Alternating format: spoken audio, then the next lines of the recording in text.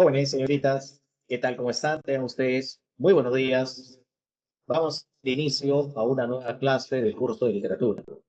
Eh, Buenos días, Jocelyn. Buenos días, Miguel Ángel. ¿Qué tal? ¿Cómo están? Espero hayan tenido pues un buen fin de semana todos ustedes. Y bueno, vamos a retomar las exposiciones de la clase del curso de literatura. Eh, ¿Se me está escuchando bien? ¿Hay algo de eco o está normal? Pasa que estoy dictando en otro lugar, que no es mi domicilio. Eh, Hay interferencia, hay mucho eco. Eh, ¿Me pueden hacer favor de decirme si se está escuchando bien?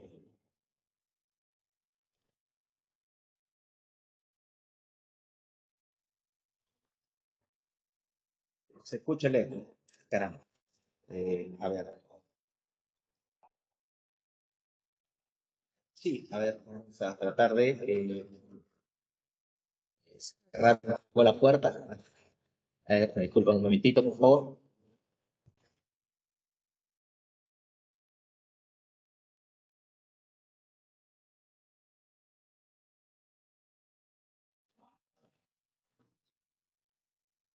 Bien.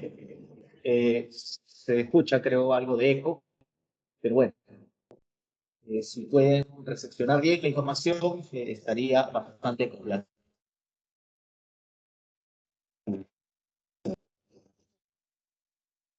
A abordar en la presente clase aspectos que nos remiten a la literatura española. Y vamos a hablar de la literatura española del barroco, específicamente, y lo que se desarrolla en el siglo XIX. Esto nos remite al romanticismo. En cuanto a la literatura hispanoamericana, vamos a tener en cuenta pues, el desarrollo del modernismo y del regionalismo, importantes propuestas literarias. Esto es lo que trabajaremos entonces el día de hoy.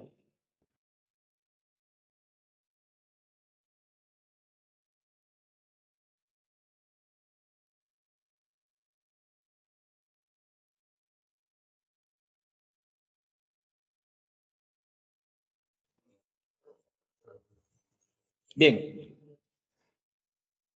espero que se disipe este sonido, es un tanto raro, extraño para mí, pero bueno, vamos a iniciar la exposición.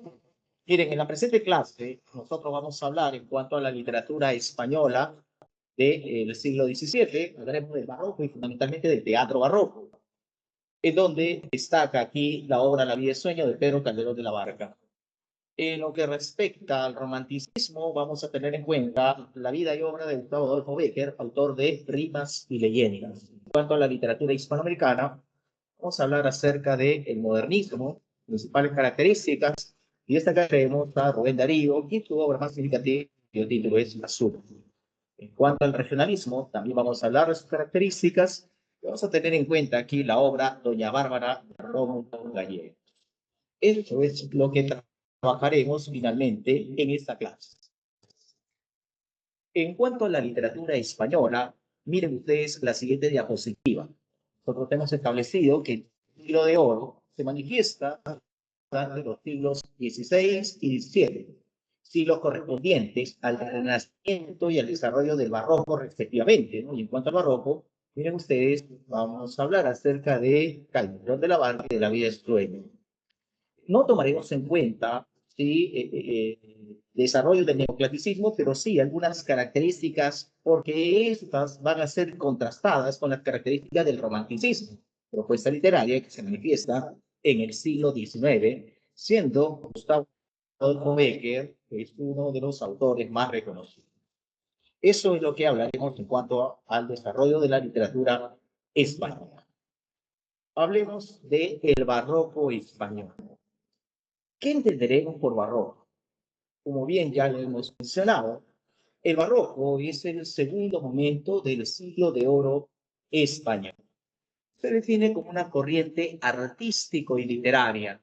¿Sí? Vamos a tener en consideración pues, que para la constitución del barroco hay una etapa de formación, luego una etapa de apogeo y finalmente una etapa de decadencia de esta propuesta. ¿Acaso si hemos mencionado que es una propuesta o corriente artística literaria, Esta se manifiesta a través de diversas expresiones artísticas, como la arquitectura, la poesía y el teatro. Veamos entonces la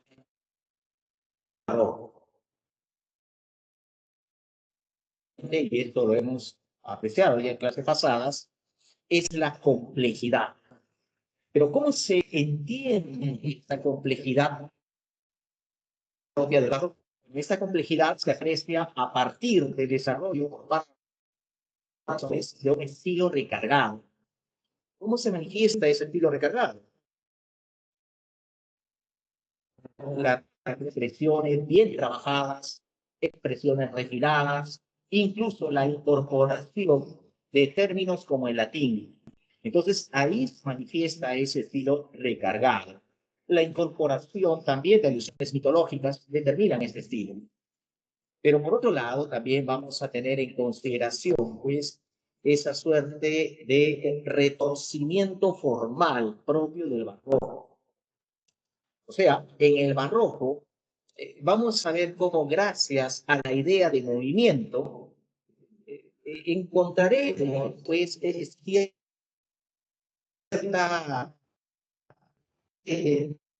es, pues, a impresión de que las formas se mueven. ¿No? Entonces, ¿cómo se logra esto? Con el enrevesamiento de las expresiones, ¿no? El uso de libertad permite justamente, entonces, ver ese retorcimiento, pero evidentemente una serie de ideas importantes que también serán consideradas dentro de la estética del rock, como por ejemplo la idea de inestabilidad. Esta idea de inestabilidad equivale pues a un gran dinamismo. Nada es estable, todo se mueve. Y a partir de ello podríamos establecer de que el hombre del periodo barroco es considerado un ser inconstante, un ser cambiante, un ser voluble. Pero esto es lo que se genera a partir de esa idea de inestabilidad. Entonces, vamos a ver cómo a partir de la idea de inestabilidad y de la idea de movimiento, vamos a encontrarnos con el manejo de otros conceptos que se vinculan entre sí. Mudanza y fragilidad son esos dos conceptos. ¿Qué implica mudanza? Mudanza implica cambio y estabilidad, pues, implica pues, una suerte de una permisividad para la dinámica. Y entonces, a partir de ello, vamos a ver cómo estos conceptos se corresponden. Y mudanza y fragilidad se van a relacionar con el tema de la muerte.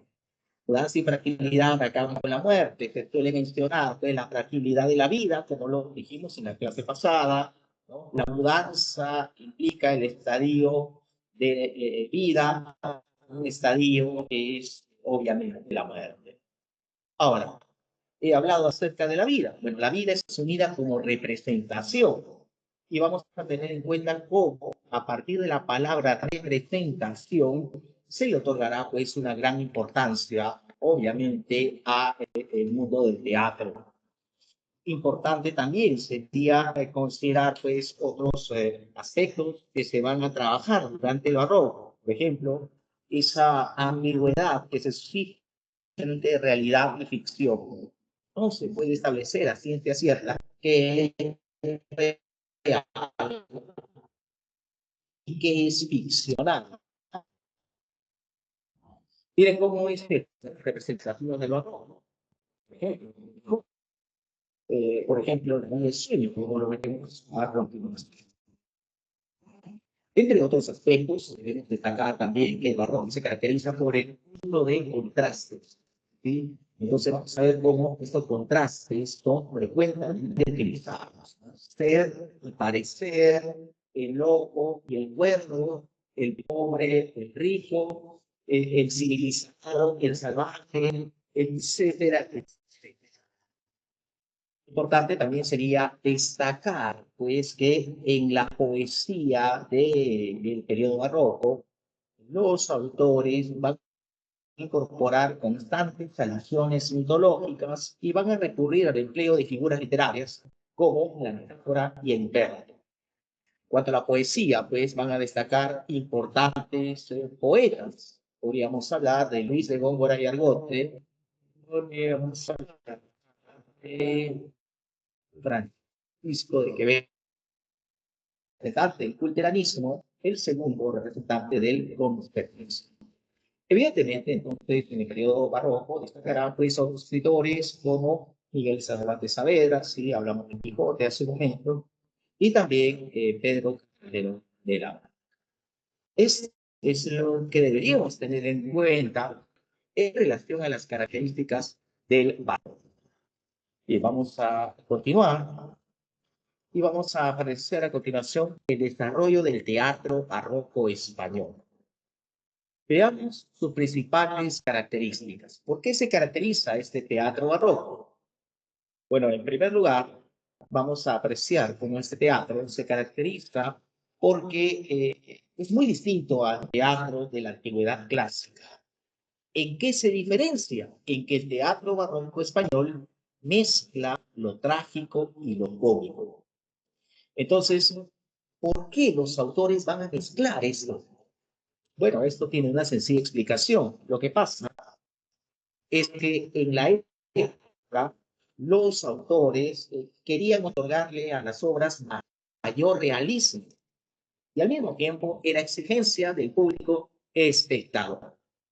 Importante sería mencionar que el teatro barroco español se caracteriza porque se escribe en verso. Los autores utilizarán diversas formas métricas, preponderando el uso del octosílabo, pero también incorporarán pues otras formas métricas. Pero prepondera, reitero, el uso del octosílabo.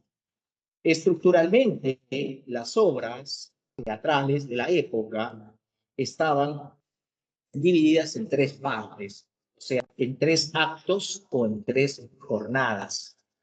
También hay que mencionar el abordaje de temas relacionados con la tradición española, con su historia, con la mitología, etcétera, etcétera. Ahora, estas obras teatrales se representaban en los llamados corrales de comedia. Miren, ustedes están visualizando lo que eran corrales de comedia, ¿no? Eran patios traseros de los solares en donde se la el escenario y hace la parte lateral. Entonces, en ese lugar se representaban las obras teatrales. A propósito, las obras teatrales de la época fueron denominadas como comedias. ¿Por qué comedias?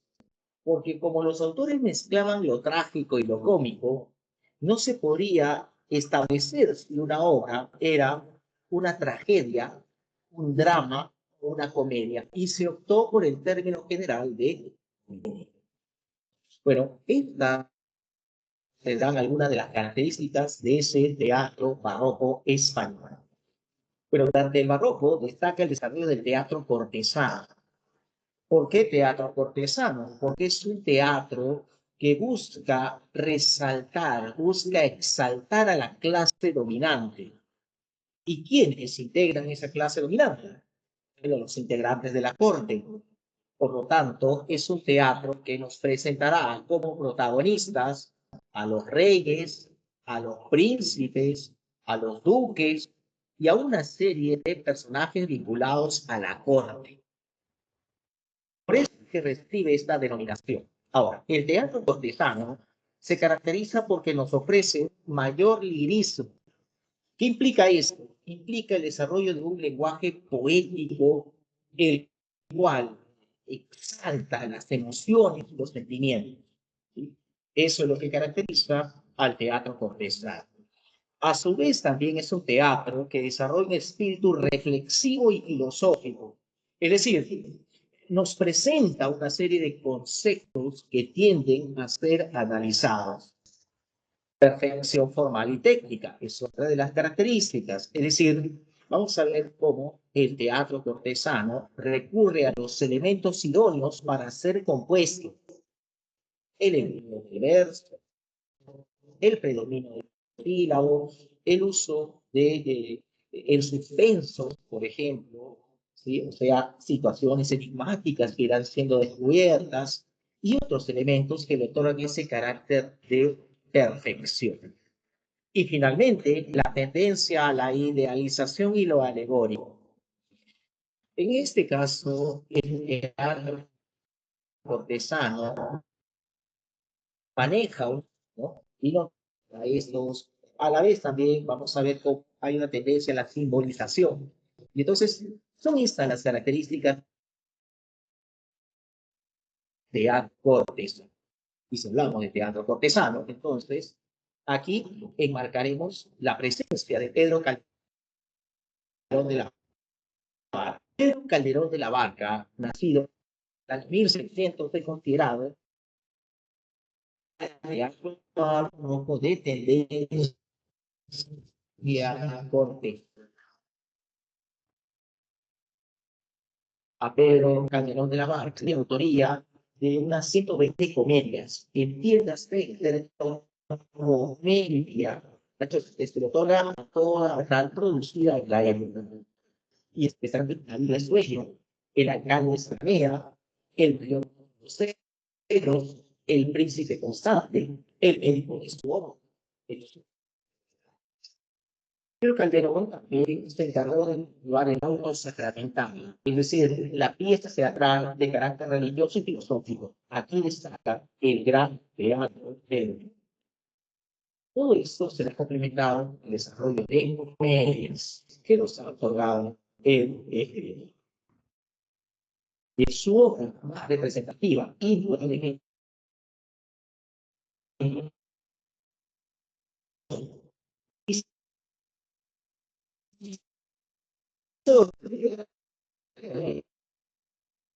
eh, presenta pues la diversa príncipe del gol. Pero sucede entonces que los hechos nos remiten a Colonia precisamente.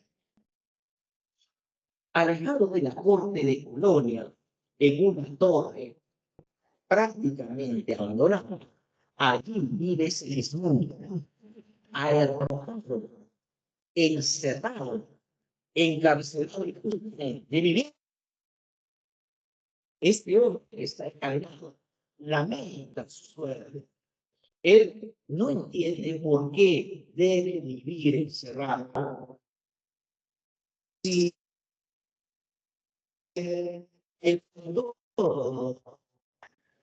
mientras él se lamentaba, a presión, la belleza, acompañado de su de un criado llamado Clarín, procura arribar al fuerte de Polonia. Sin embargo, llega la noche. No pueden hacer eso. Pero este caballero Clarín encuentra en ese toro y al ingresar a ese toro escucha los lamentos de este hombre llamado Segismundo. Se compadece de él. Pero Segismundo no quiere que nadie sepa de su dolor y a pesar de estar encadenado, quiere agredir a los visitantes. Y estos obviamente se van a defender, sacan sus espadas. Y es en ese preciso momento que aparece Clotaldo. Clotaldo es un cortesano, al cual consideraremos el único nexo entre Segismundo y el exterior. Clotaldo es el encargado de cuidar a Segismundo, de brindarle alimentos y de darle algo mínimo de educación. Clotaldo, acompañado de unos soldados, al notar la presencia de los extraños, le pide a estos que entreguen sus armas. Entonces el caballero suelta su espada, pero la espada será reconocida por Clotaldo. Es una espada que le había pertenecido al propio Clotaldo tiempo atrás. Y es que años atrás Clotaldo tuvo un amorío con una mujer y a ella le regaló esa espada. Entonces, hasta años después de ello, este caballero que no llegue a la corte de Polonia la muestre para recibir el apoyo que requiere. Deduce entonces Clotaldo que este caballo podría ser su hijo. Pero entonces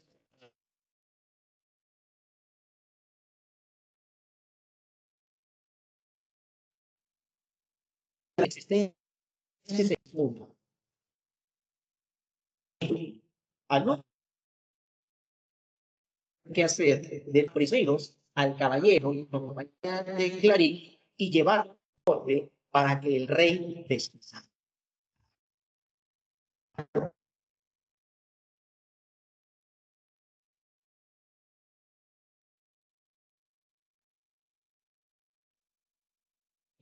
En la corte de Colonia se encuentra el trono, pero todo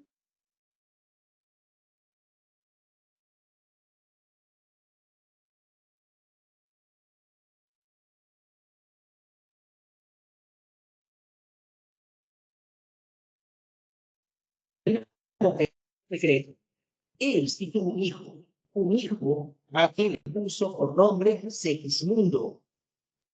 Pero entonces Basilio cuenta que cuando nació su hijo consultó con los astros cuál sería su destino. Y el cura iba a causar grandes males e iba a humillar a su padre. Profesor, se le escucha entrecortado un poco y un poco cortado. Ah, correcto. Es con el audio. Con el audio, dígame. ¿Se sigue escuchando entrecortado? Ya no, profe. Sí. Sí, bueno, vamos a... Les decía entonces que al nacer el hijo del rey, este consultó con los astros cuál sería su destino. Y los astros determinaron que esta criatura iba a causar grandes males e iba a humillar a su padre. Entonces, ante el temor que esto generaba, el rey Basilio dispuso que su hijo crezca en una torre aislada Se del escucha un poco pueblo. entrecortado. Sí, vuelve a escucharse entrecortado. A ver, vamos a tratar de solucionar. ¿Sí? A ver, ¿me permiten un segundo? Y también cuando lo pueda arreglar, profe, ¿podría explicar de nuevo la historia? Porque como estaba escuchando ese entrecortado, no se entendía muy bien.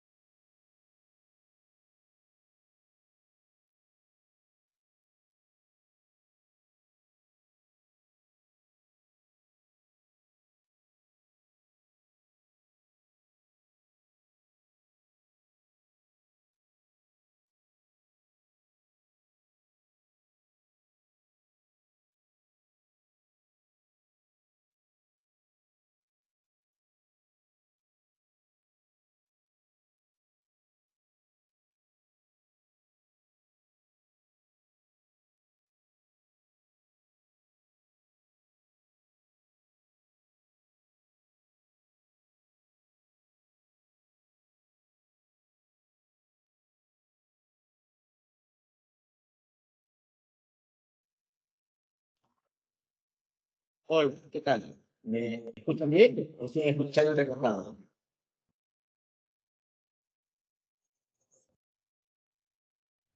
Yo lo noto bien, profe.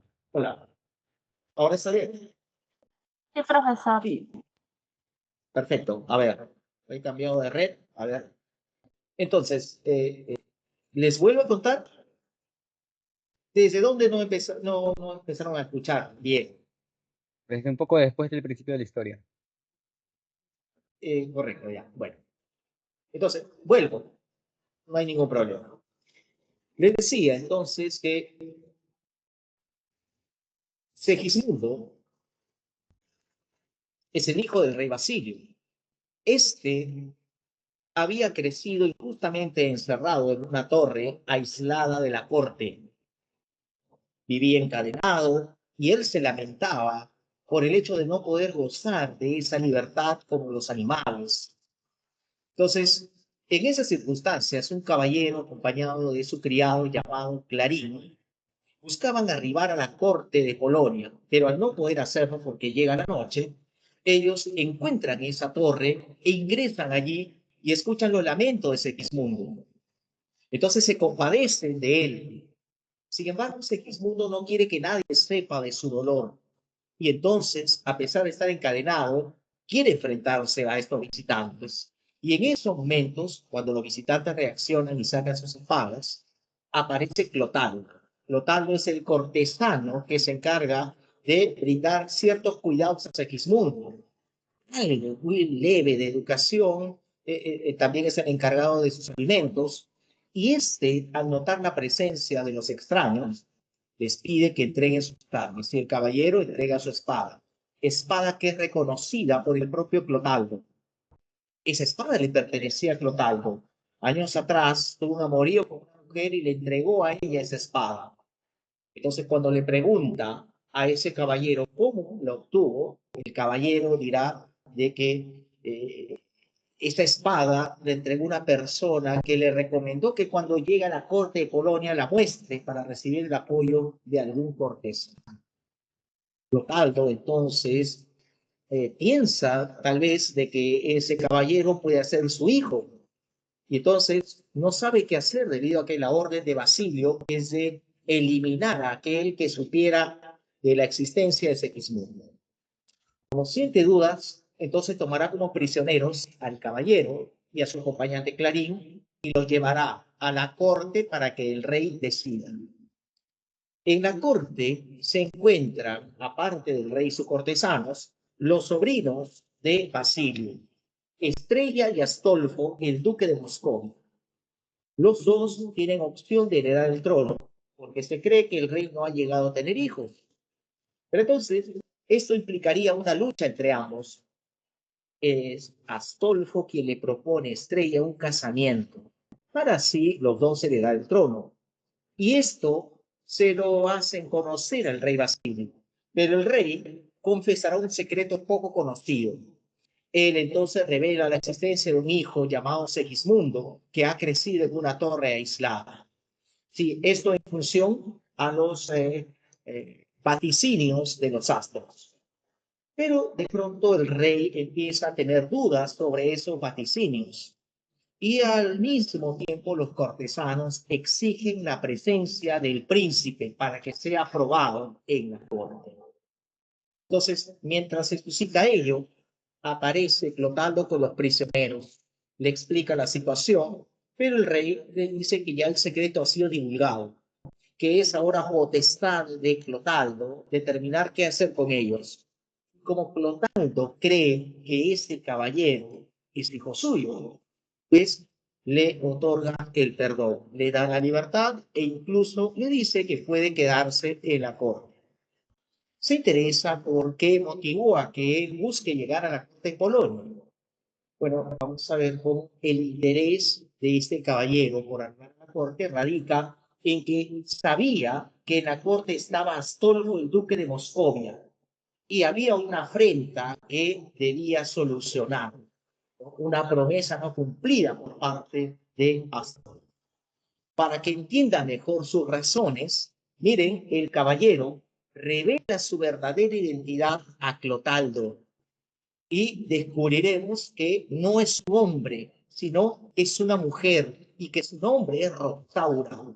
La promesa que había hecho Astolfo era matrimonio y no cumplió su palabra y más aún está enterado de que ahora Astolfo pretende casarse con Estrella. Bueno, mientras se suscita esto, Clotaldo recibe la orden por parte del rey Basilio de ir en búsqueda de Segismundo para que éste sea trasladado a la corte y allí pues se le pruebe.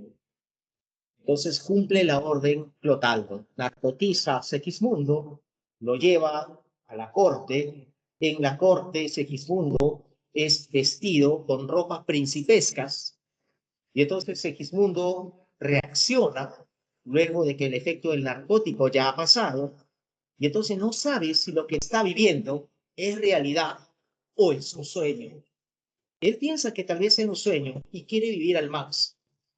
Allí aparece frente a él Clotaldo pero este se muestra ahora con un carácter distinto, muy sumiso a él. Segismundo le pregunta, pues, ¿qué hace él allí y por qué él está vistiendo ese ropaje? Y entonces se encuentra la respuesta que necesitaba. Clotaldo le dice de que Segismundo es hijo del rey Basilio, de que él es el príncipe que también debería gobernar, pero el temor del padre ante esos vaticinios hicieron de que él crezca en una torre aislada. Y al enterarse de esa verdad, Segismundo se mostrará muy iracundo porque no se ha respetado su libre albedrío. Está muy molesto contra su padre y entonces empieza a vociferar, empieza a gritar, empieza a reclamar, pero de pronto vamos a ver cómo él se calma. Se calma ante la presencia de la hermosa estrella. Entonces pretende acercarse donde ella y le pregunta, ¿cómo te llamas? Yo soy estrella, le dice, no, para mí tú no eres estrella, para mí eres el sol que me alumbra. Y así él pretende enamorarla, pero por ahí le advierten de que ella es prometida de Astolfo, y eso genera la ira de ese Gismundo, a tal punto de tener un altercado con un soldado, a quien termina arrojando por un balcón hacia el mar. Se está mostrando pues con un comportamiento totalmente salvaje. Entonces, Segismundo parece otra vez, se acuerda de todo lo que se ha cometido en contra de él, sigue molesto, pero de pronto pues se deja atrapar por la belleza de otra muchacha. Sí, allí también se encontraba Rosaura, quien se hacía pasar por dama de estrella. Y entonces parece que la reconoce, quiere acercarse donde ella, pero Clotaldo, no es su padre, se incomoda y se interpone. Y esto ofusca mucho más a Segismundo, quien quiere agredir a Clotaldo. Pero allí justo interviene Astolfo, y Astolfo saca su espada, Segismundo también saca su espada, y todo esto es presenciado por el rey Basilio. El rey, ante lo que ve, confirma que los vaticinios han sido ciertos.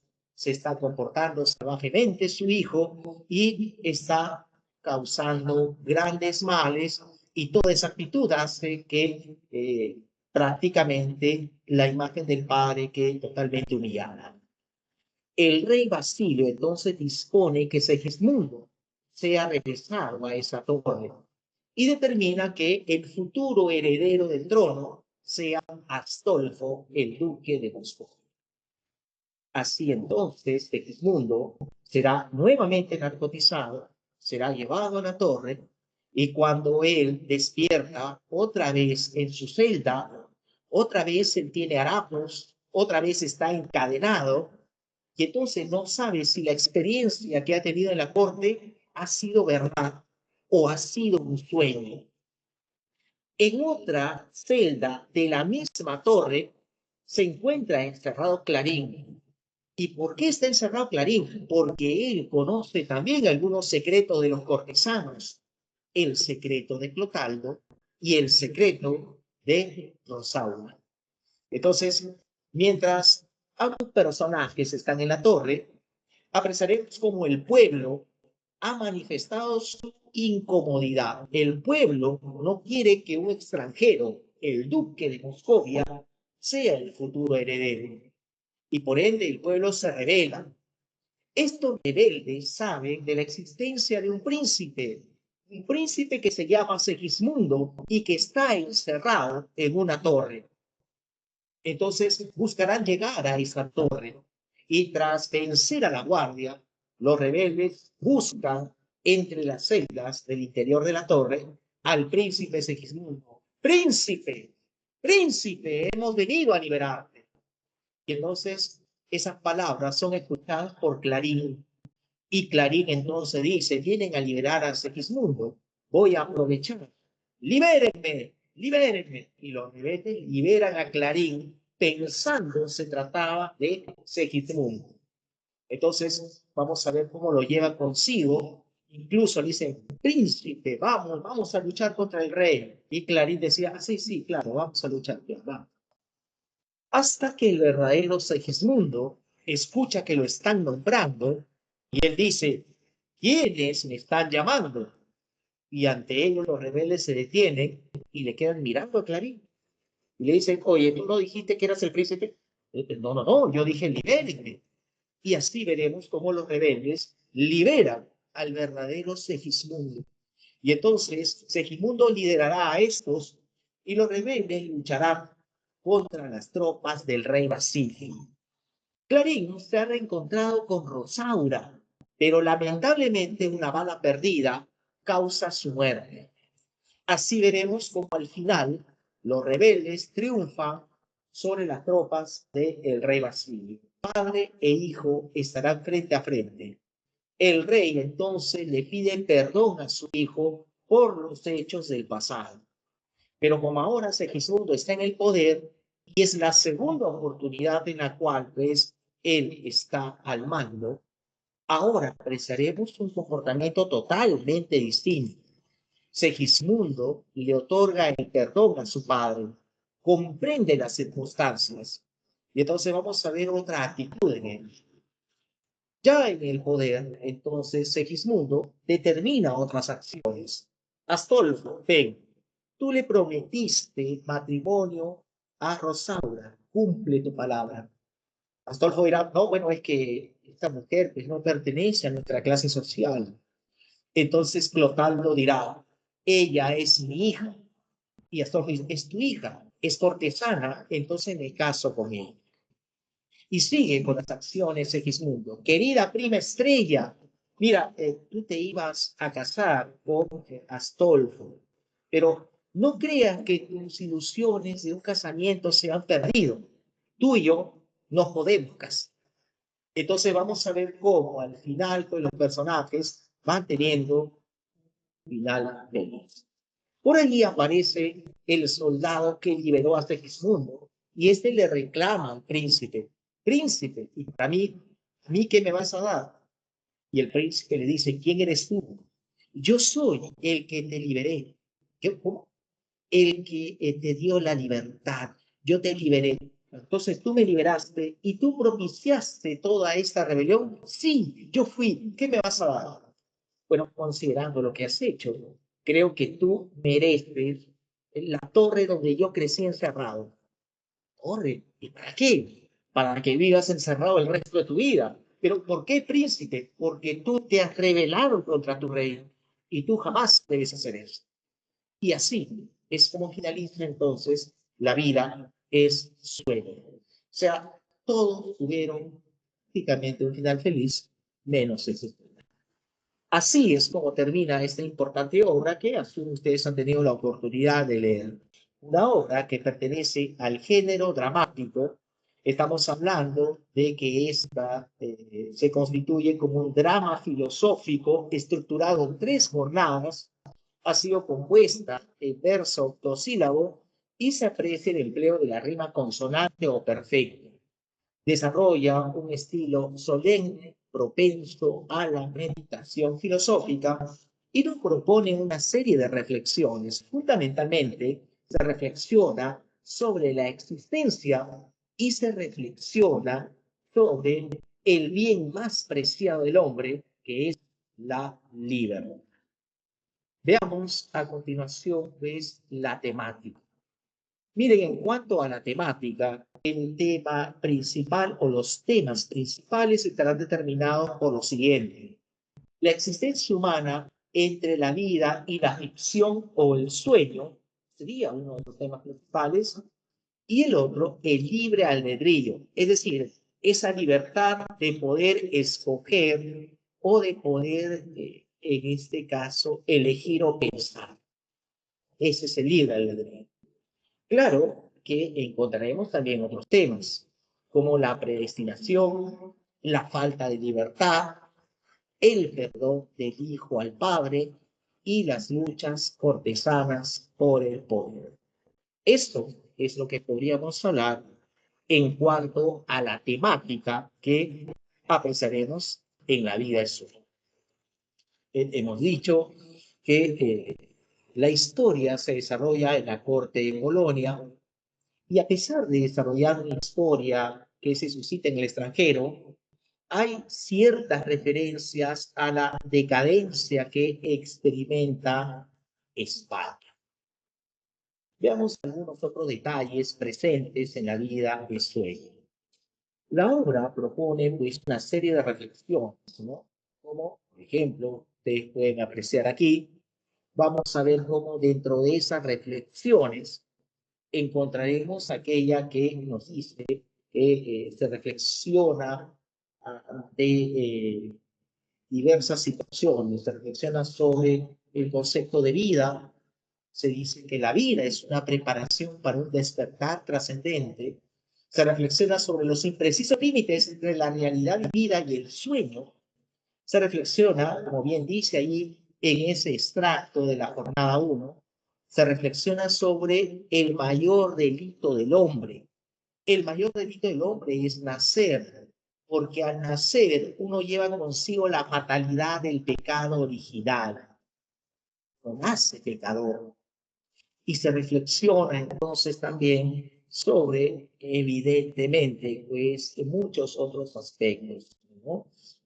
Aquí, por ejemplo, aparece pues ese extracto muy conocido de la vida es sueño, que es la vida un frenesí, que es la vida una ilusión, una sombra, una ficción, y el mayor bien es pequeño, que toda la vida es sueño, y los sueños, sueños. En fin, propone una serie de reflexiones, y a partir de esas reflexiones vamos a encontrarnos con conceptos que son plasmados a través de la obra. La existencia es una ficción. Por otro lado, el bien más preciado del hombre es la libertad, ya lo hemos dicho. Los astrólogos se equivocan en sus vaticinios porque no pueden conocer anticipadamente la voluntad de Dios. Y por último, la relación entre padre e hijo muchas veces resulta ser conflictiva, pero el hijo debe saber perdonar al padre. Entonces, esto es lo que podríamos mencionar en cuanto a la vida y sueño y a la literatura del párrafo. Rápidamente hablaremos acerca de el romanticismo español. Nosotros ya tenemos una información previa en cuanto al romanticismo, ¿verdad? Hemos dicho que se trata de un importante movimiento literario que se manifiesta durante el siglo XIX. Como propuesta literaria, el romanticismo enfatiza los sentimientos por encima de lo racional. Eso definitivamente implica una ruptura con la tradición neoclásica.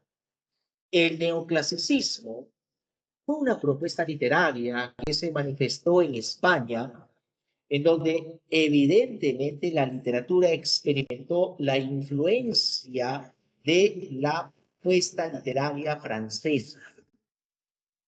Y como propuesta del neoclasicismo comportó una serie de características, entre ellas, por ejemplo, sentido de unidad. O sea, vamos a ver cómo había una propuesta de unificación para luchar contra los excesos del barroco.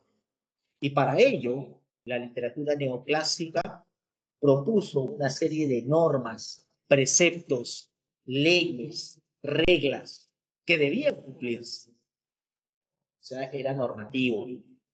El neoclasicismo se caracterizó por ser expresión de lo racional. O sea, el pensamiento lógico primaba encima de los sentimientos, como ya había manifestado.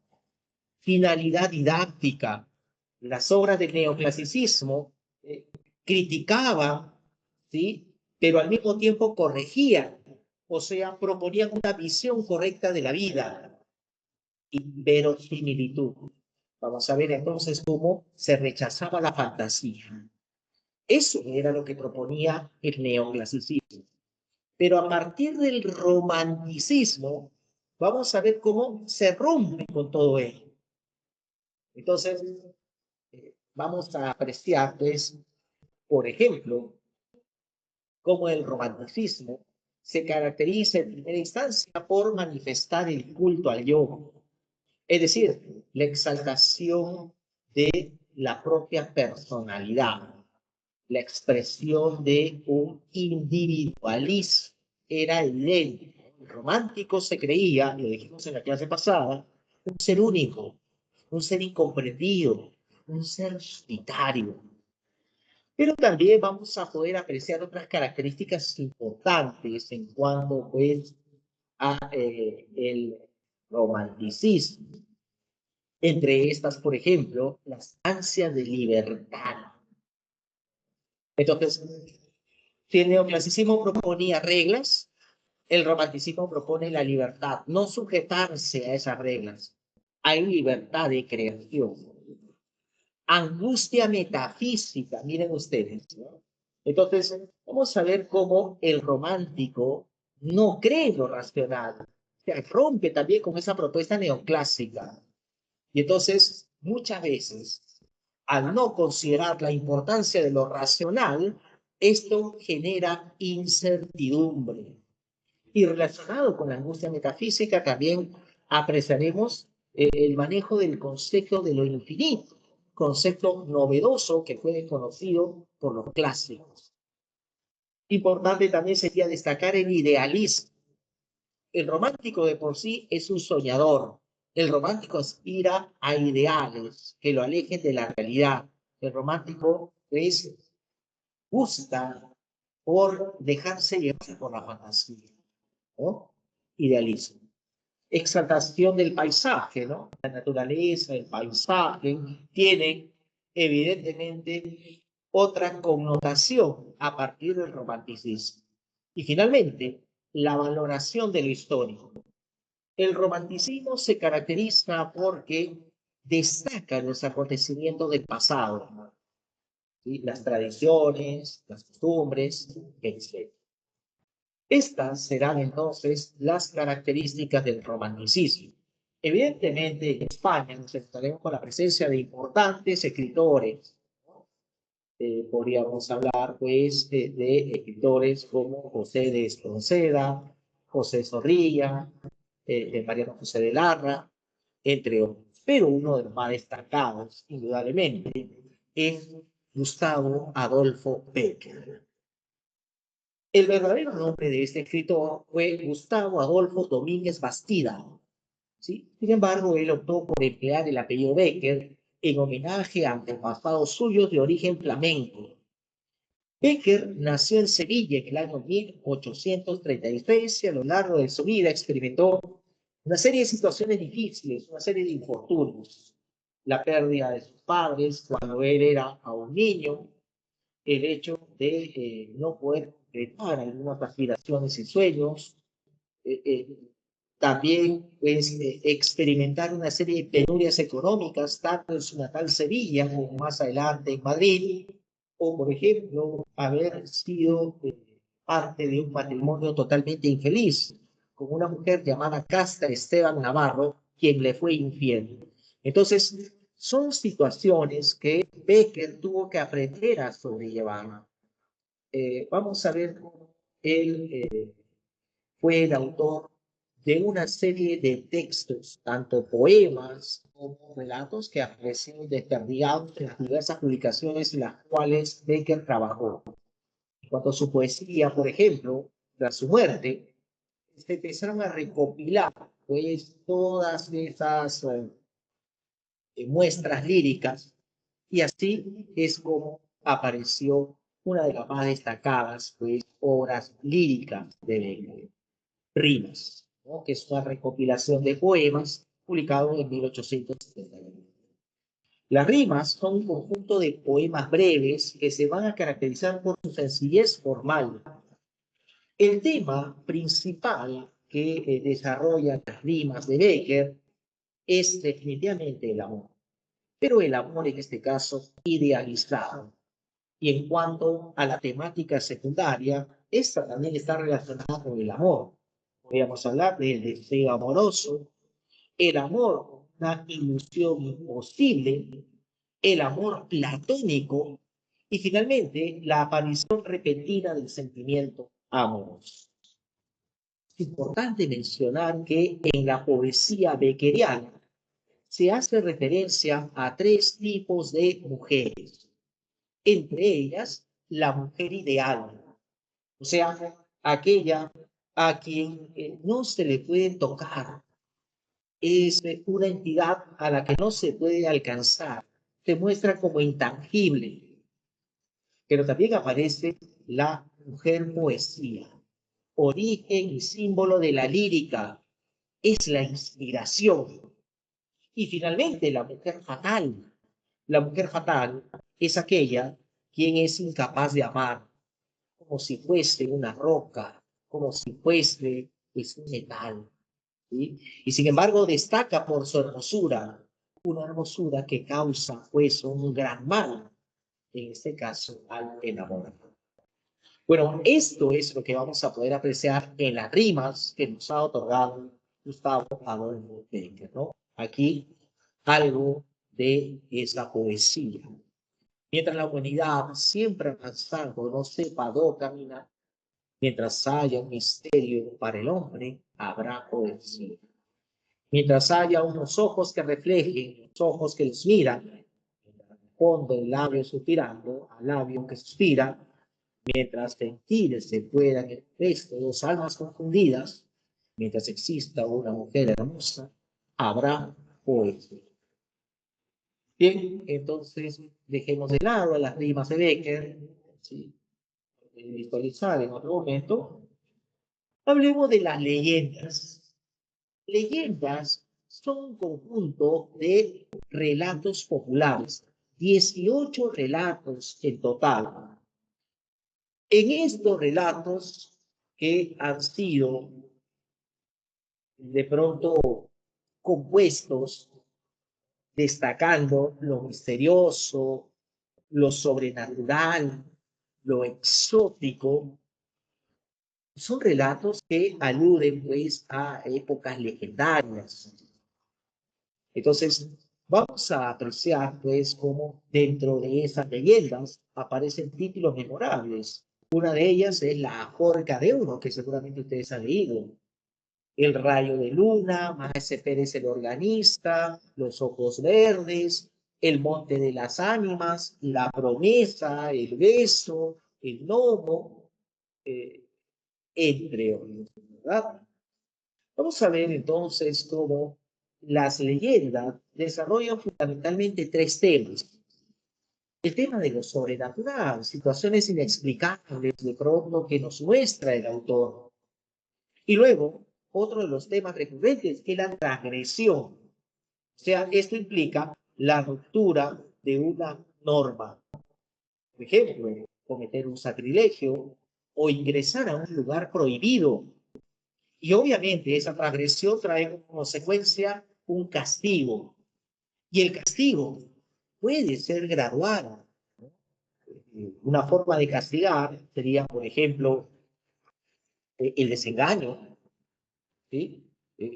Y un castigo extremo sería la muerte. Entonces, vamos a ver cómo esos son los temas abordados por los leyendas. En cuanto a la estructura, miren ustedes cómo una leyenda se inicia de la siguiente manera. A manera de introducción, vamos a ver cómo el autor informa sobre el lugar y el tiempo en el cual escuchó la historia. Hace referencia a un determinado contexto. Luego ya plantea el desarrollo de la leyenda. Y este desarrollo se hará en base a pequeños capítulos. Y hacia el final, a manera de conclusión, el autor brinda su opinión acerca de lo narrado. Esa será la estructura entonces de una leyenda. Evidentemente, una de las más emblemáticas leyendas que nos ha acordado Gustavo Bécquer aparece con el título de La Forca de Oro. La Forca de Oro desarrolla una historia en donde intervienen dos personajes, Pedro Alonso de Orellana y María Antúnez. Ambos son habitantes de la ciudad de Toledo. Vamos a ver entonces cómo hay una descripción de ambos personajes. Ella destaca por su hermosura, una hermosura que incluso llega a inspirar vértigo y desasosiego, y el narrador la tilda como hermosura diabólica. Mientras que Pedro es el eterno enamorado de María, un hombre valiente y al mismo tiempo supersticioso. Bueno, sucede que María se encuentra muy cerca al río, derramando lágrimas intensamente. Pedro se aproxima de ella para saber el motivo de su llanto. Ella, pues, no responde a las preguntas de Pedro. María, ¿por qué llora? Le dice él. Pero ella sigue derramando lágrimas. Cuando se calma, se vuelve hacia Pedro y le dice, pues, el motivo de su llanto. ¿Por qué llora María? Bueno, ella cuenta que se encontraba en la catedral de la ciudad de Toledo, rezando a muchas otras personas, cuando de pronto hubo algo que llamó su atención. Y lo que llamó su atención era una forca dorada que poseía la imagen de una virgen al interior de la catedral. Una forca, para que lo sepan, es una especie de brazalete. Entonces, ese brazalete de oro con incrustaciones de piedras preciosas llamó la atención de María. Entonces, ella se olvidó del resto y solamente pensaba en la forma. Terminó la misa, ella y los otros se retiraron de la catedral, pero ella seguía pensando en la forca. Todo el día, toda la noche. No pudo dormir por seguir pensando en el forca. Entonces ya estaba por llegar el amanecer, cuando de pronto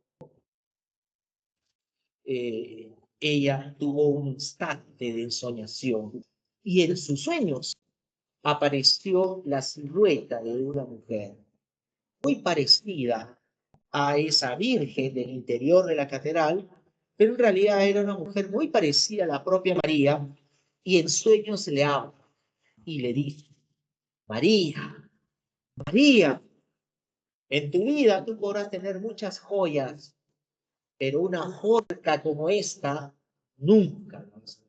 ¿Me escuchaste bien? Nunca, nunca. Y así, y de pronto, María despertó y en sus oídos sonaba esa palabra. Nunca, nunca, nunca.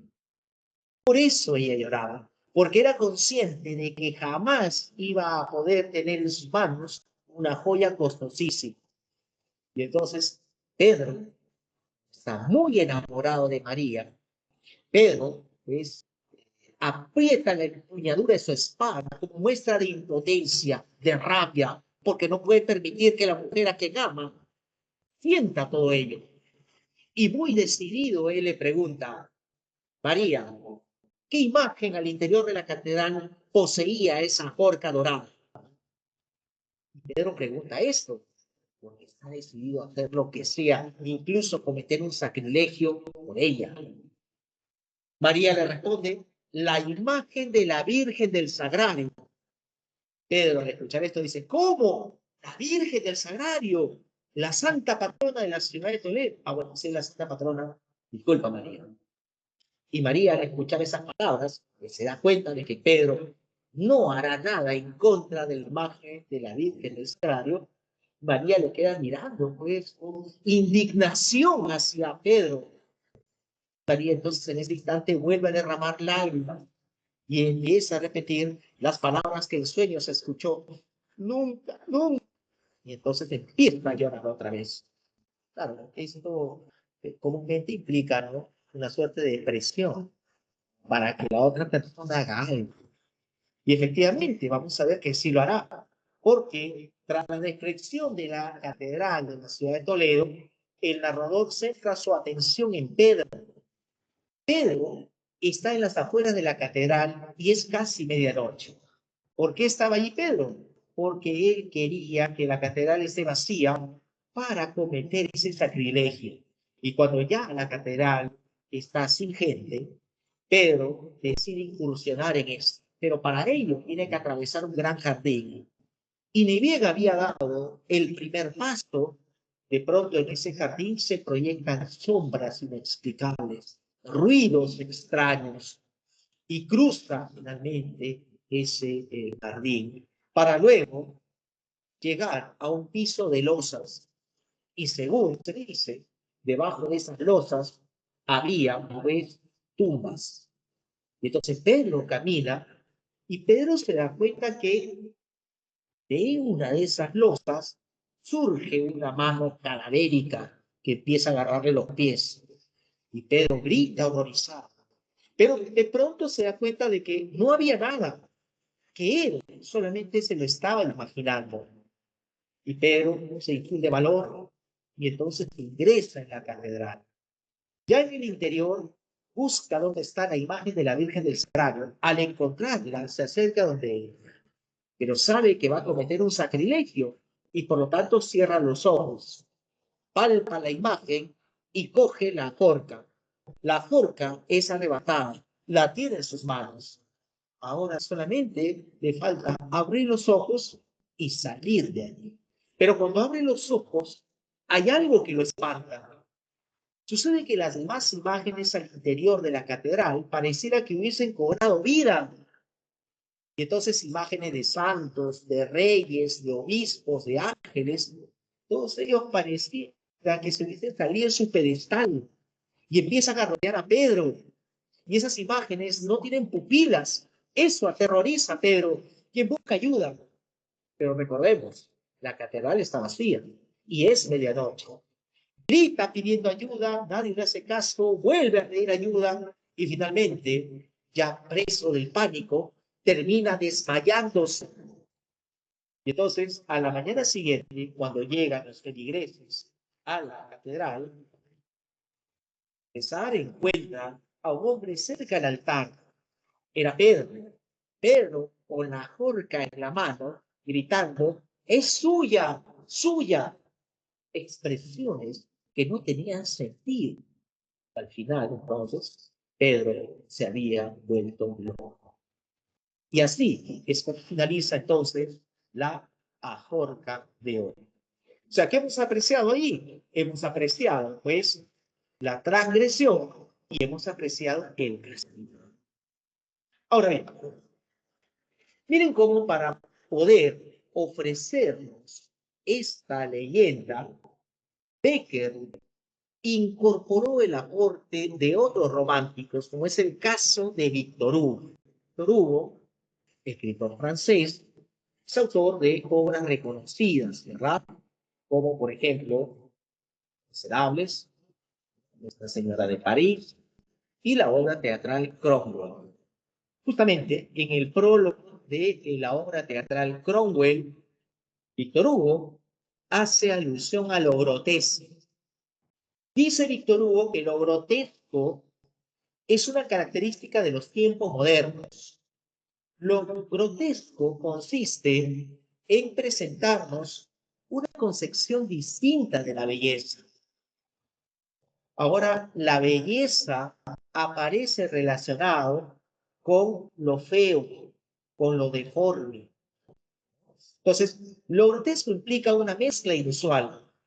Lo bello y lo feo, lo gracioso y lo deforme, el bien y el mal, lo terrenal y lo celestial.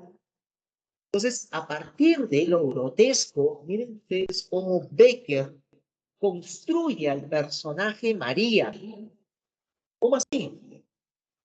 Según lo que ustedes han escuchado, entonces, ¿podrían decirme por qué destaca María físicamente hablando? ¿Por qué destaca María? ¿Cuál es su característica más importante, físicamente hablando?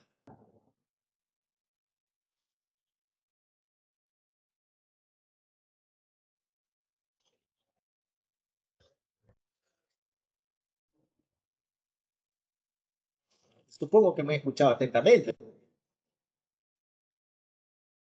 ¿Qué es lo que caracteriza a María? Su belleza, correcto, Catherine, su hermosura, una hermosura sin igual, una hermosura diabólica, ¿no? Su belleza, su hermosura, ¿verdad? Ahora, estamos hablando de físicamente, pero ¿cómo es en cuanto al comportamiento? ¿Cómo es internamente? Subjetivamente, ¿cómo es María?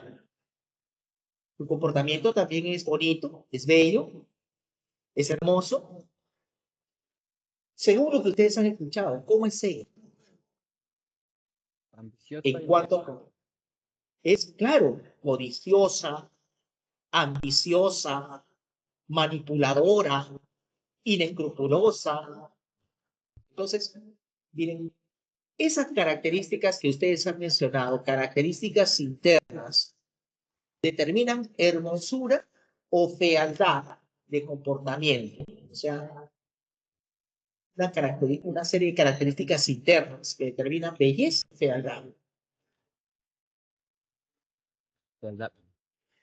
Efectivamente, ¿no? Fealdad, como bien comenta su compañero. Entonces, ahí está, pues, justamente la mezcla entre lo hermoso y lo feo, lo deforme.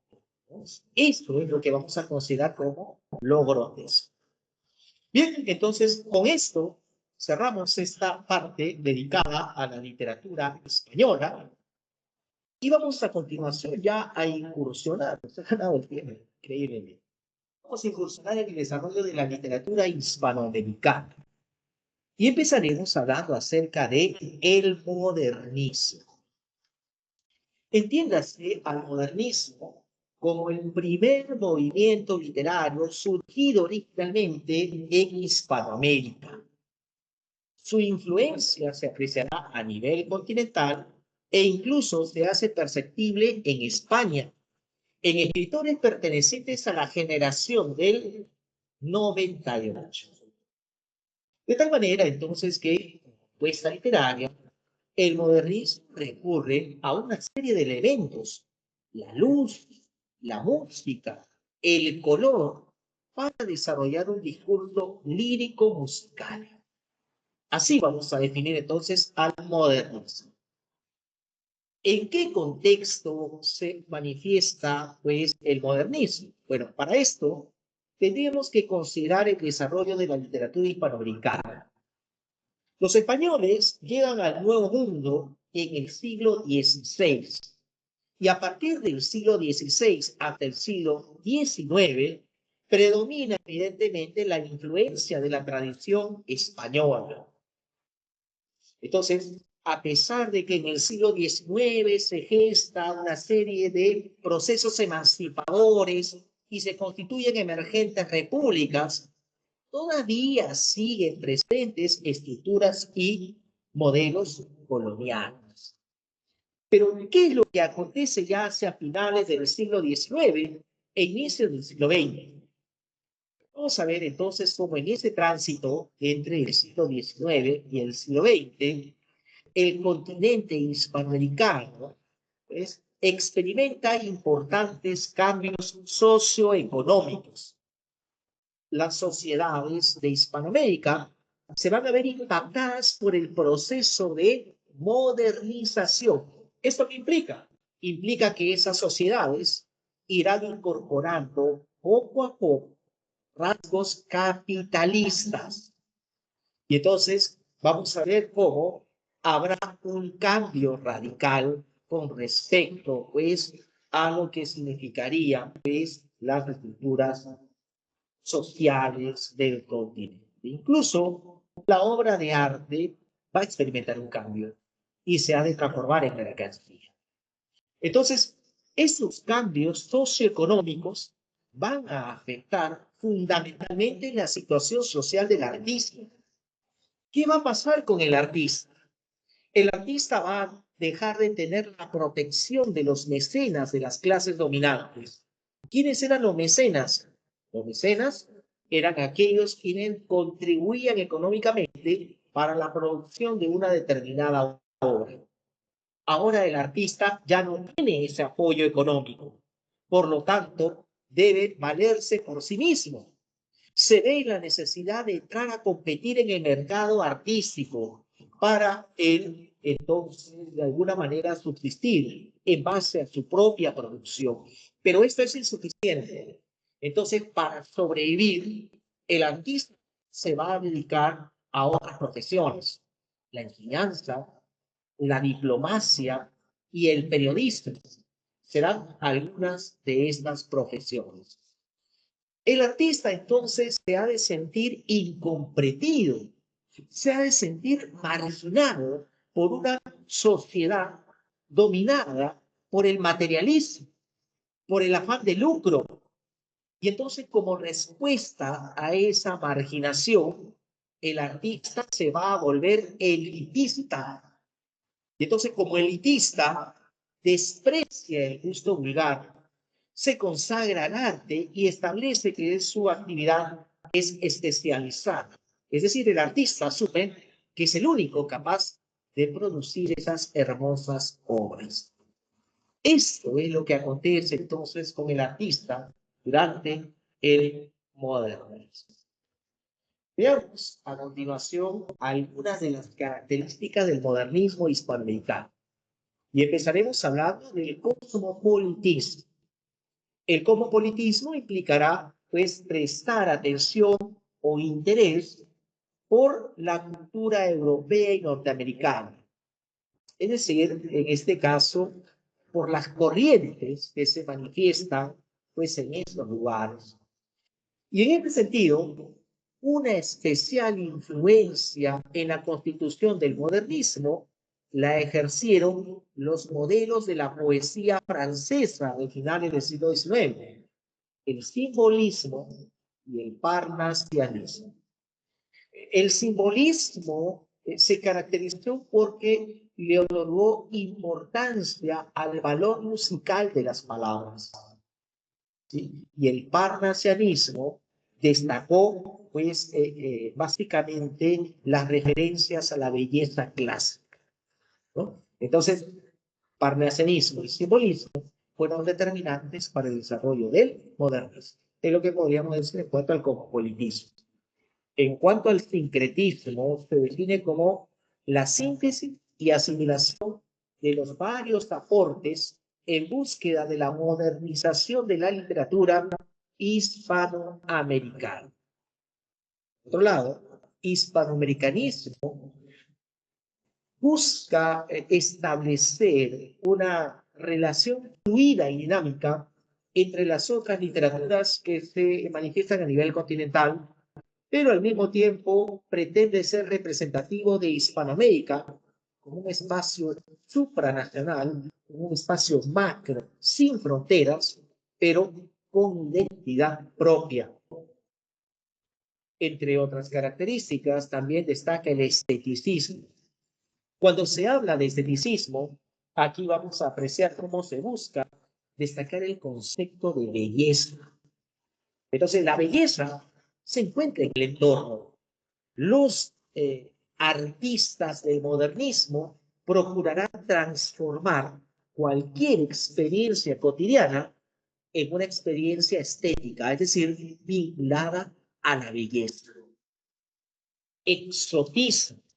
El exotismo es otra importante característica que la vamos a entender como la consecuencia de lo que experimenta el artista en el mundo moderno. El artista, hemos dicho, se siente marginado e incomprendido. Entonces, el artista desea escapar, desea huir de esta realidad agobiante. Propone entonces una fuga o evasión de la realidad. Pero no es una fuga o evasión física, ¿no? Sino que lo hará a través de la expresión artística, en el caso de los escritores, a través de su literatura.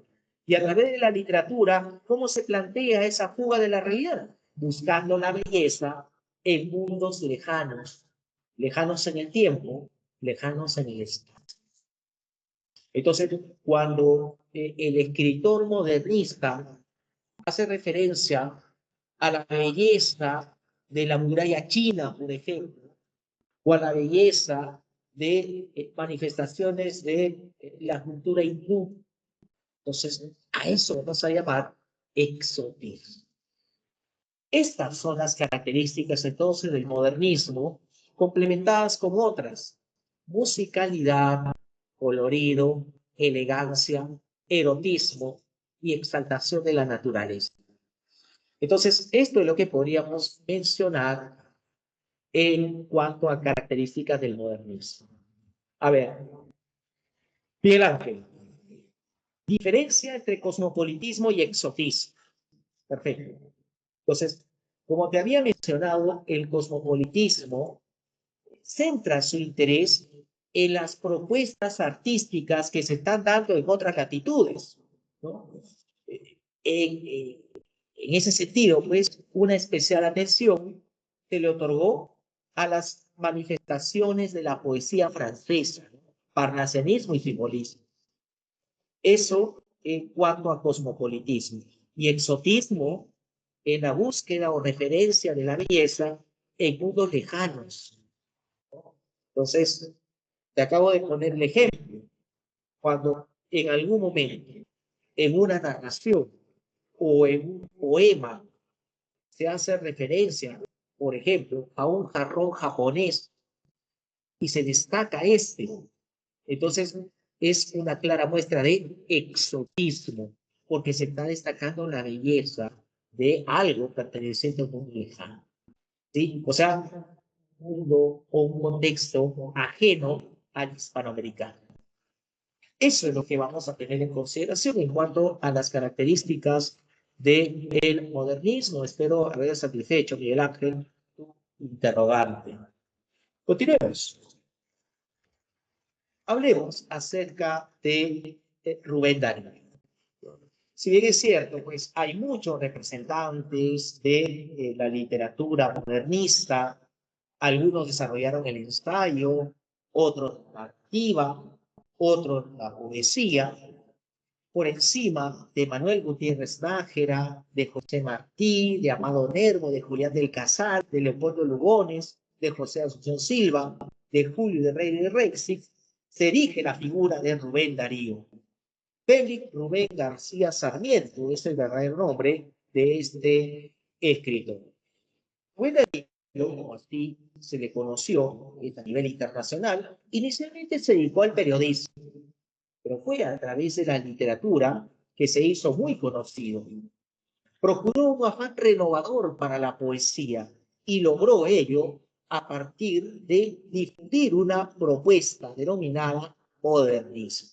Por tanto, el Darío se convirtió en el mayor representante de la literatura modernista.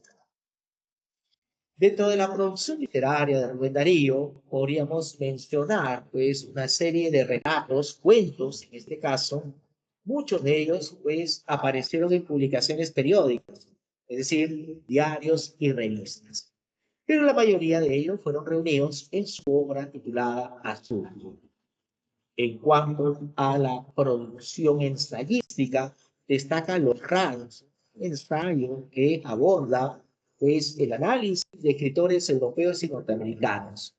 Y en cuanto a la producción lírica, vamos a nombrar otra vez a Azul, pero también a otros poemarios como Prosas Romanas y Cantos de Vida y Esperanza.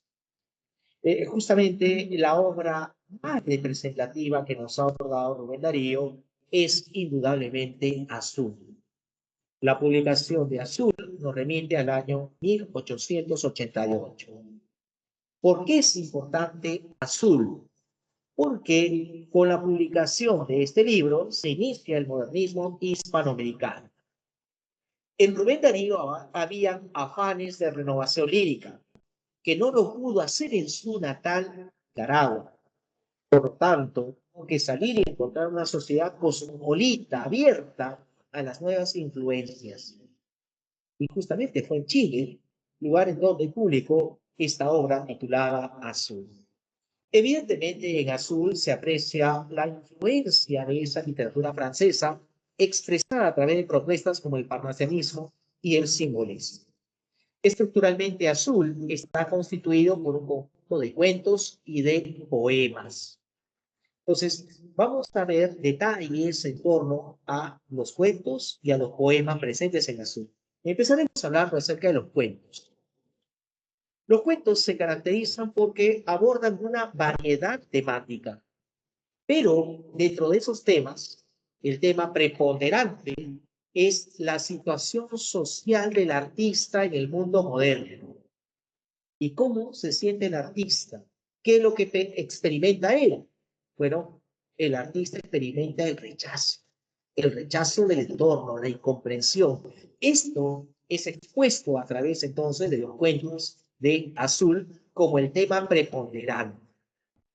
A propósito, estilísticamente, estos cuentos se caracterizan por incorporar una serie de elementos poéticos que permiten establecer un vínculo cercano con los poemas que también están presentes en Azul. Y dentro de esos elementos poéticos podríamos hablar de pasajes en donde el autor expresa una gran subjetividad lírica. Hay descripciones de imágenes en donde vamos a encontrarnos pues, con una suerte de esta plasticidad, ¿no?, propia de la propuesta literaria de Rubén Darío, ¿no? Y aquí llamaremos imágenes plásticas. O sea, son referencias a elementos que despiertan el interés de lo sensitivo en nosotros. O sea, lo visual, lo auditivo, ¿no?, lo relacionado con el tacto, ¿no? Y a esto se le sumaría también un trabajo exhaustivo con la sonoridad verbal y el tono lírico. Estos son elementos poéticos que también estarán presentes en los poemas de Azul. Sobre los poemas de Azul podríamos mencionar que estos abordan diversos temas, de los cuales preponderan el amor y la naturaleza, la literatura y los escritores. Hay algunos poemas pues, representativos en Azul. Podríamos hablar de por ejemplo, aquellos 4 poemas que hacen referencia a las estaciones del año bajo el título de El año lírico, en donde se aborda pues el tema del sentimiento amoroso y la naturaleza. Hay otros poemas como Un pensamiento de otoño, por ejemplo, que exclusivamente se centran en el amor, los medallones que hacen referencia a escritores, en fin, hay una variedad de poemas. Algo que destaca en la poesía presente en Azul es que sus poemas conservan algunos rezagos del romanticismo, ¿no?, como el tratamiento de la temática del amor y la naturaleza. Esto es un claro ejemplo. Bueno, esto es lo que podríamos mencionar en relación a la obra titulada Azul.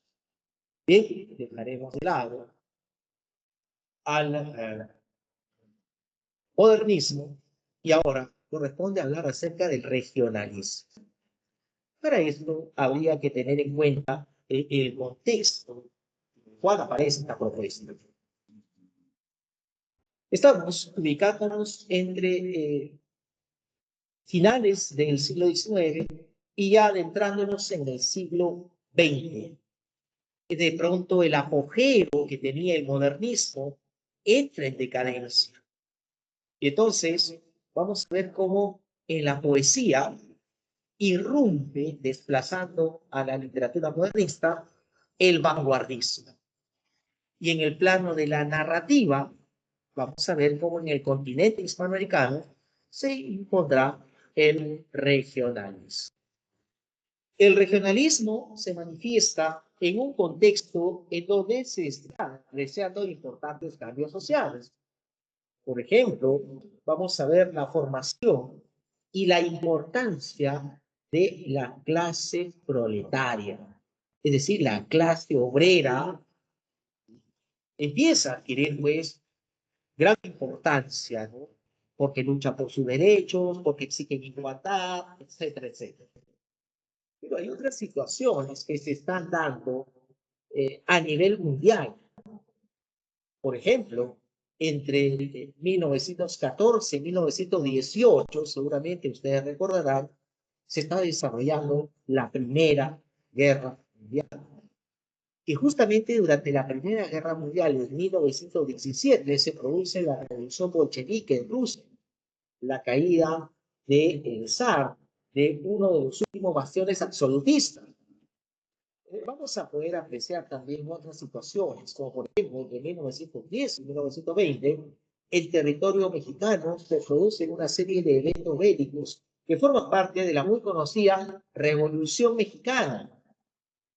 Al mismo tiempo, podríamos hablar de la caída de la bolsa de valores, el crack de 1929, ¿no?, que condicionó la economía de Estados Unidos y de los países dependientes de Estados Unidos, en este caso, pues, los países de nuestro continente. En ese marco contextual se manifiesta en la narrativa hispanoamericana el regionalismo. El regionalismo lo vamos a definir como una variante del realismo, pero esta variante estará inclinada hacia lo autóctono, es decir, hacia lo propio de determinada región. Entonces, vamos a tener en cuenta ello. Al regionalismo también se le conocerá como criollismo o como mundonovismo, y fue una propuesta que se manifestó en la narrativa hispanoamericana entre 1915 y 1945 aproximadamente. ¿Por qué se caracteriza el regionalismo? Porque fundamentalmente aborda dos temas: la lucha del hombre contra la naturaleza y los problemas sociales en el mundo rural. O sea, la literatura regionalista, o sea, básicamente trabajará estos dos temas. El regionalismo se caracteriza porque plantea una dinámica. Como propuesta, el regionalismo va de la ciudad al campo, porque procura llevar valores urbanos al campo sin destruir lo autóctono. ¿Qué tipo de valores urbanos? Bueno, conceptos como educación, progreso, modernización.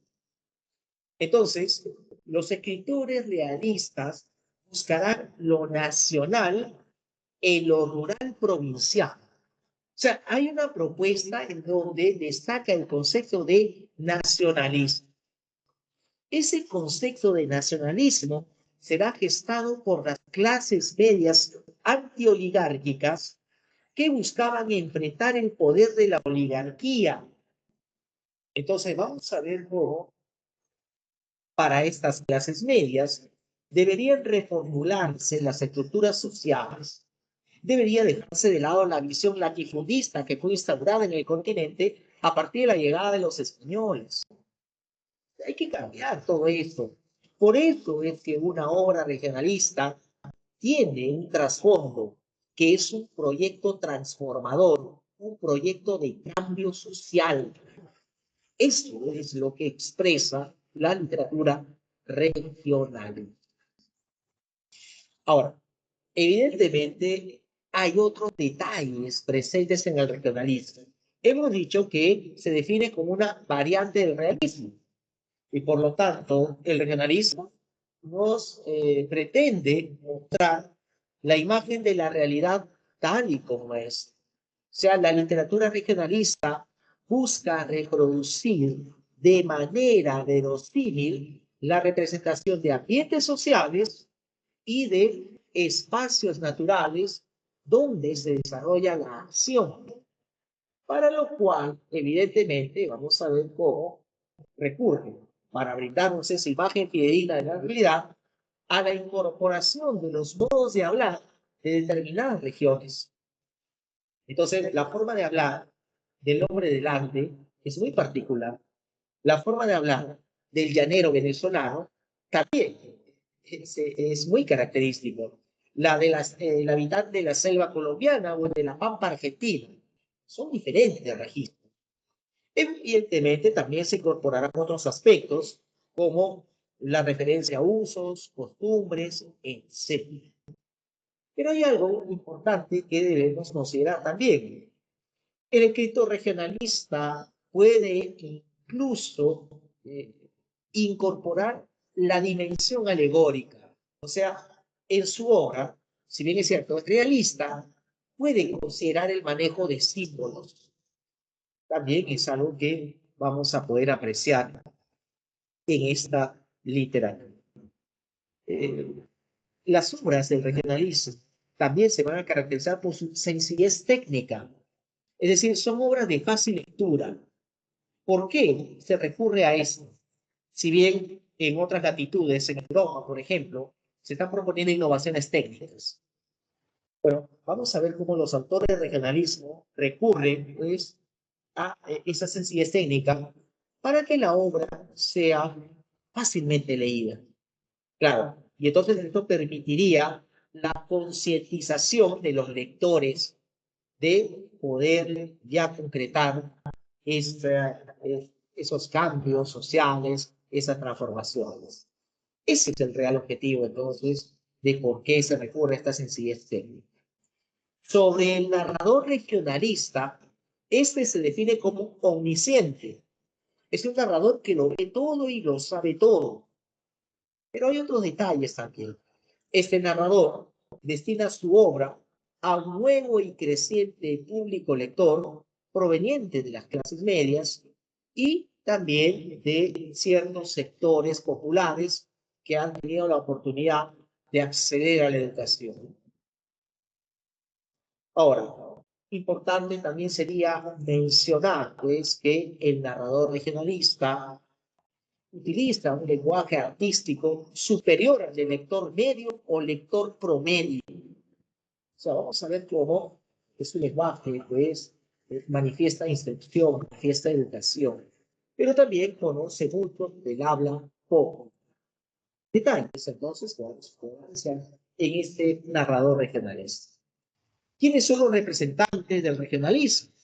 Bueno, entre ellos destaca la presencia de Rómulo Gallegos, Ricardo Guiraldes, José Eustacio Rivera, Mariano Azuela, Jorge Casa, y por qué no mencionar, ha sido Alegría Bazán, también como representante del regionalismo. Un detalle, ¿sí?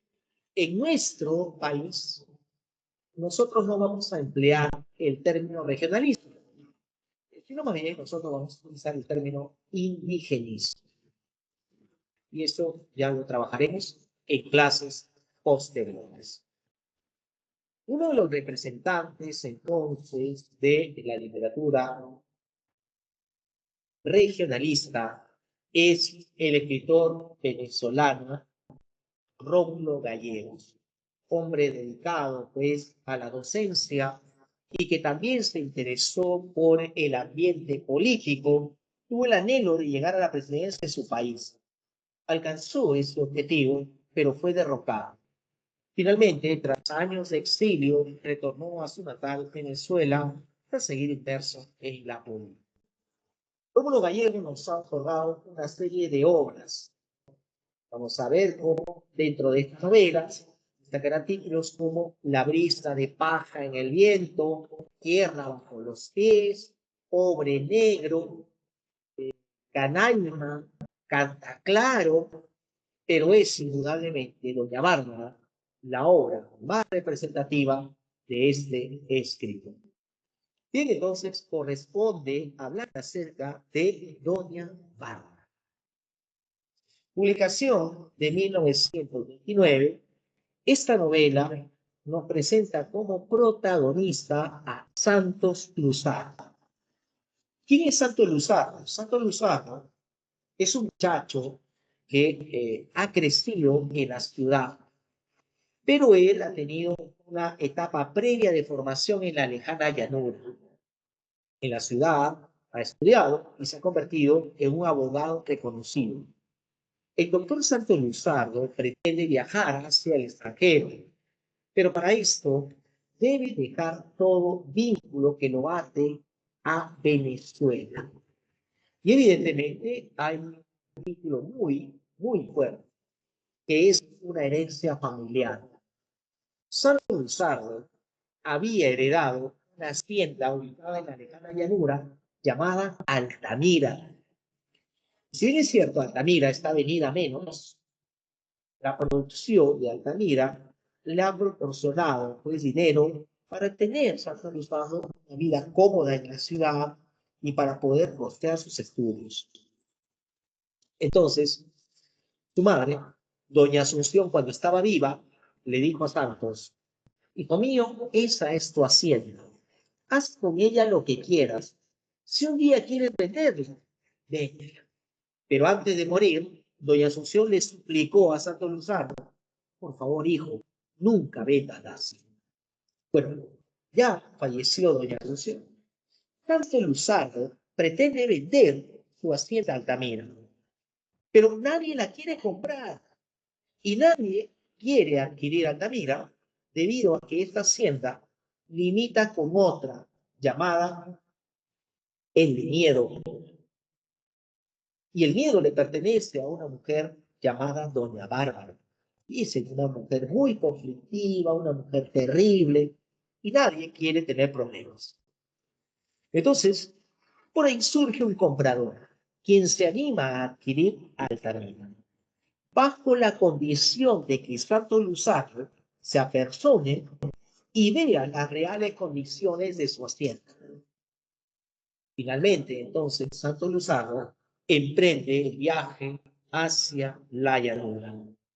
Y entonces recorre ríos serpenteantes que se internan a esa zona de Venezuela.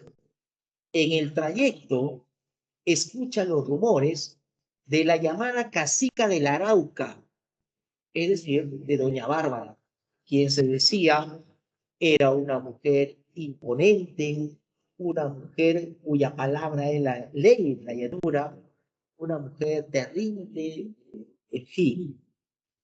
Y se da cuenta de que Santo Luzardo está siendo observado por un hombre que descubriremos para Doña Bárbara. A este hombre se le conocerá como el brujeador. Y así veremos cómo Santo Luzardo finalmente regresa a su hacienda. Cuando regresa, se reencuentra con aquellos con quienes había compartido parte de su infancia. Su amigo Antonio Sandoval se encontraba allí.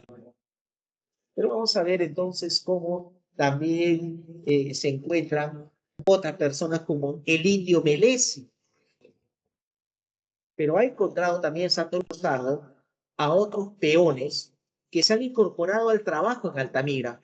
Pero estos, a pesar de nuevos, le demuestran lealtad al dueño. Dentro de estos peones aparece, por ejemplo, Carmelito López. Podríamos hablar de María Nieves. Parece nombre de mujer, pero es peón de Altamira. Y Juan Palacios. Juan Palacios tenía el apelativo de Pajarote. Entonces todos ellos se muestran leales a Santo Luzardo. Santo Luzardo regresa, evalúa las condiciones de su hacienda, abre la puerta de su habitación cerrada por muchísimo tiempo y vamos a ver cómo procura descansar. A su retorno, descubre que el administrador de Altamira, un tipo llamado Balbino Paiva, le había estado robando, le había estado sacando provecho de su labor de capataz. Y Santo Luzardo lo despide. Dicen que Balbino Paiva se fue a la hacienda colindante el miércoles para servir a Doña Bárbara. Algunos dirán también de que era el amante de esta mujer. Lo cierto es que recordando su infancia, volviendo a respirar el aire de la llanura, el ambiente y la naturaleza cercana a él, hace de que nuevamente, pues, todos sus hábitos quisiera que regresasen al buen Santo Luzardo. Y un día demuestra a sus peones que él conocía de estas tierras y de cómo se vivía aquí. ¿Y cómo lo hace? Domando un caballo salvaje. Ahora creía que no lo iba a hacer, pero sí lo hizo. Entonces, a partir de haberse ganado a sus peones, Santo Luzardo toma una decisión radical. Ya no quiere vender a Altamira. Pretende ahora hacerla resurgir. Pero esto iría contra los intereses de Doña Bárbara. ¿Pero quién es Doña Bárbara? Como aquí parte del pasado de esta mujer. Tiempo atrás, había una mujer muy hermosa, una jovencita llamada Barbarita, quien necesitaba de eso para sobrevivir. Y ella buscó trabajo en una embarcación. El capitán de esa embarcación accedió, pero este capitán tenía pues deseos hacia él y esperaba el momento para hacerla suya. Sin embargo, este capitán no había previsto que los piratas a su servicio también habían llegado a tener esas ideas. Pero entre esos piratas había un muchacho que no tenía esa costumbre. Un muchacho llamado Asdrúbal. Y Barbarita conoce a Asdrúbal. Entonces se caen bien, se ríen, hay una amistad interesante, ella se enamora de él también está enamorado de ella, pero antes de que el capitán cometa sus atrocidades, estos piratas deciden matar a Asdrúbal y abusan, ¿sí?, en conjunto de Barbarita. Barbarita, pues, había matado al capitán también. Barbarita se había rescatada por unos indios y en esa tribu donde creció aprendió esas artes de la brujería. En el tiempo entonces, Barbarita, quien había pues ya adoptado una personalidad, manifestaba su odio hacia los hombres. Entonces, Barbarita quiso, a partir de la experiencia de pasta que tuvo, sacar provecho de los hombres. Estaba con un sí, sacaba lo que podía y luego con otro y así. Así pues, vamos a ver entonces cómo Barbarita en una ocasión conoció al dueño de la hacienda llamada La Barquereña y se enamoró, o al menos pretendió que él se enamore de ella, ¿no? Bueno, lo que estoy se apoderó de su hacienda y transformó el nombre de La Barquereña en el miedo. Y así esta mujer que parecía ahombrada, justamente, esa experiencia del pasado, era pues la actual doña Bárbara. Así, entonces, vamos a ver cómo Santo Luzardo descubre que las cercas que limitaban, pues, o los límites entre el miedo y Altamira habían sido removidos. Había una amplia extensión de tierra que era, pues, aprovechada por doña Bárbara y por un norteamericano llamado Mr. Danger, quien había llegado a la región. Se entrevista con Mr. Danger y le reclama también a doña Bárbara sin obtener respuesta. Recurre a la autoridad del distrito, no Pernalete, pero se descubre de que este estaba confabulado con doña Bárbara. Había una total corrupción. Santo Luzardo recurre a la ley del llano y esta le permitía entonces establecer hitos para luego poner una cerca que limitaría, pues, tanto a el miedo como a Altamira. Y había entonces dentro de esos límites un lugar llamado el Palmar de la Chusmita. En el Palmar de la Chusmita, día recorriendo esos límites, encuentra a su primo Lorenzo Barquero, un hombre que estaba pues con una apariencia bastante lamentable.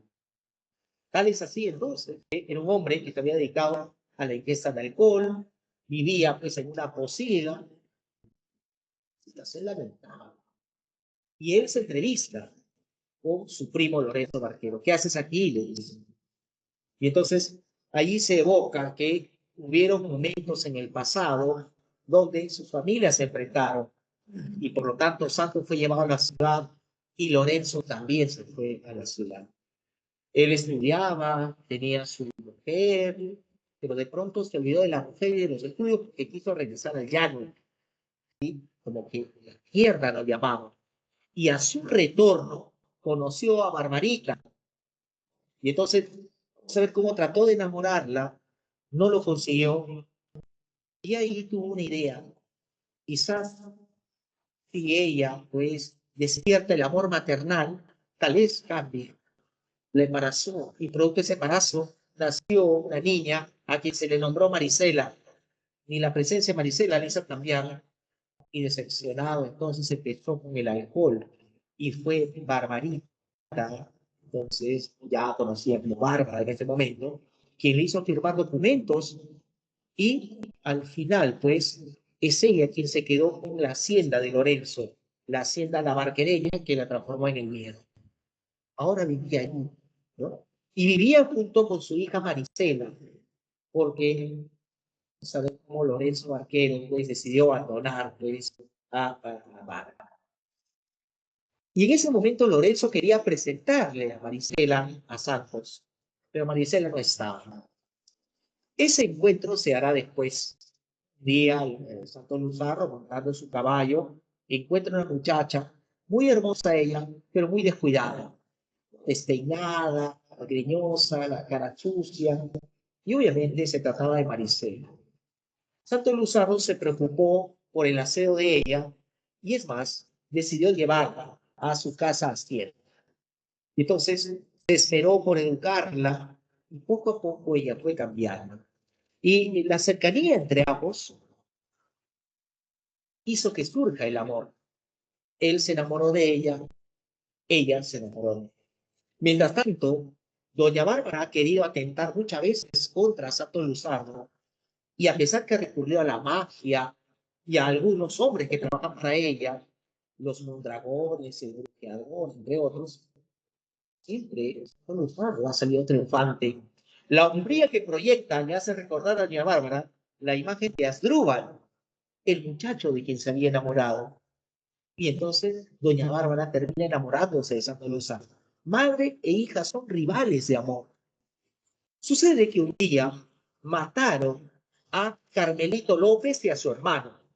Y al no encontrar justicia, Santo Luzardo decide él personalmente enfrentarse a Mr. Danger, quien había querido seducir y comprar a Marisela, y se enfrenta a la propia doña Bárbara. Ella no lo podía creer. Y entonces decide ella misma atentar contra Santos y contra Marisela. Abandona el miedo, cruza los límites de ambas haciendas y llega a Altamira. Y está en las afueras de la casa hacienda cuando a través de una ventana ve como Santos y Marisela están agarrándose de las manos y mirándose a los ojos dulcemente. Está ella a distancia de tiro, coge un arma y apunta al pecho a Marisela. Ya va a jalar el gatillo cuando de pronto tiene ella una visión y ve en el rostro de su hija el rostro de la propia doña Bárbara cuando era joven. Entonces se arrepiente, guarda el arma y decide retornar a el miedo. Y allí escribe una carta donde determina de que su hija será su única heredera.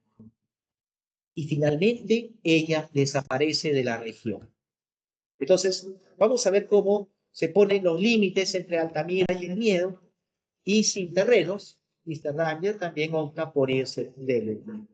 Al final, vamos a ver cómo Santos, Luzardo y Marisela se unirán, lo que permitirá unir ambas haciendas, tomando el nombre de la original Altamira. Sí, la original Altamira era la unión de la Barquereña y Aclara.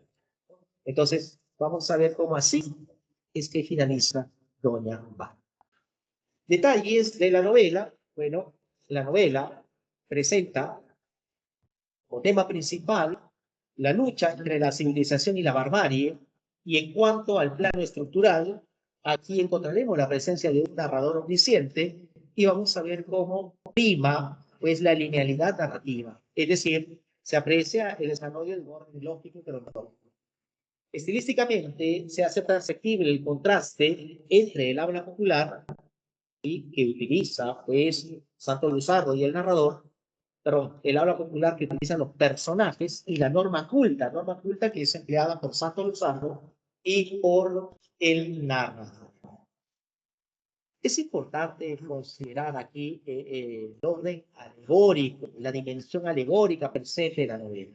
Doña Bárbara, de los nombres, Bárbara implica barbarie, trazo, el poder oligárquico, Santo Luzardo, santo, el viejo, Luzardo, luz de civilización.